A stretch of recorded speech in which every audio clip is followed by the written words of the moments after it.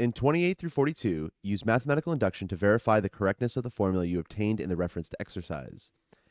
Number 33 says exercise 8, and exercise 8 was f sub k equals f sub k minus 1 plus 2 to the k for each integer k greater than or equal to 2, and f sub 1 equals 1.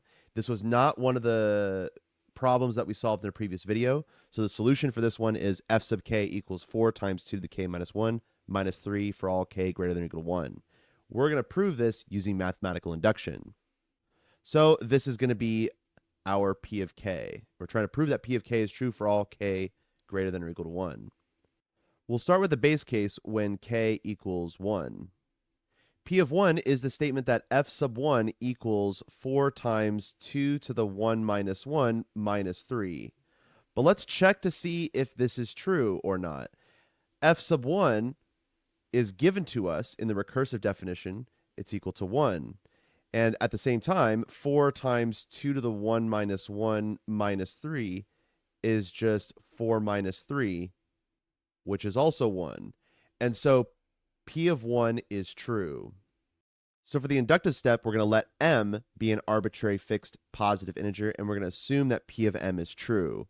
That means that our inductive hypothesis is P of m, which is the statement that f sub m equals 4 times 2 to the m minus 1 minus 3. We want to show that f sub m plus 1 equals 4 times 2 to the m plus 1 minus 1 minus 3, which simplifies to 4 times 2 to the m minus 3. The way we're going to prove this is we're going to start with the left-hand side of this equation, and we're going to do stuff to it.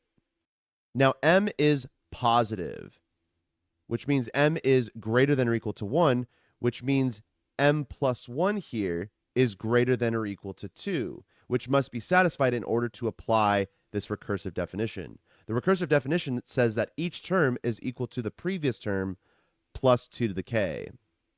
In this case, the exponent of 2 is the same as the value of the index variable on the left-hand side. So in this case, the value of the index variable on the left-hand side is m plus 1. So then that means that this is the previous term, which is f sub m, plus 2 to the power of m plus 1. Now, this is where we can apply the inductive hypothesis because we know what f sub m equals. So we'll substitute that in here. This will be 4 times 2 to the m minus 1 minus 3.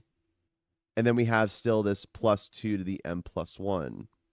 Now, we just applied the inductive hypothesis, which means we need to tell the reader that we just applied the inductive hypothesis. Now we can try to simplify this.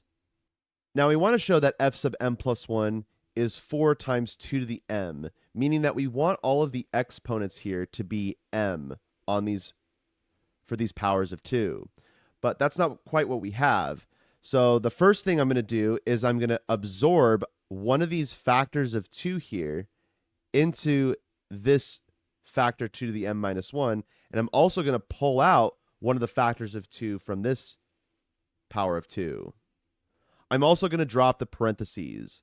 So now this will be 2 times 2 to the nth power minus 3 plus 2 times 2 to the nth power.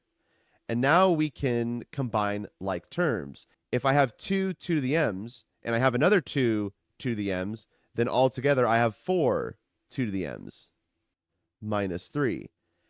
And that's what we wanted to show, is that f sub m plus 1 equals 4 times 2 to the m minus 3, which means that P of m plus 1 is true. And that means that by mathematical induction, P of k has to be true for all positive integers k. Thanks, everyone, and I'll see you in the next video.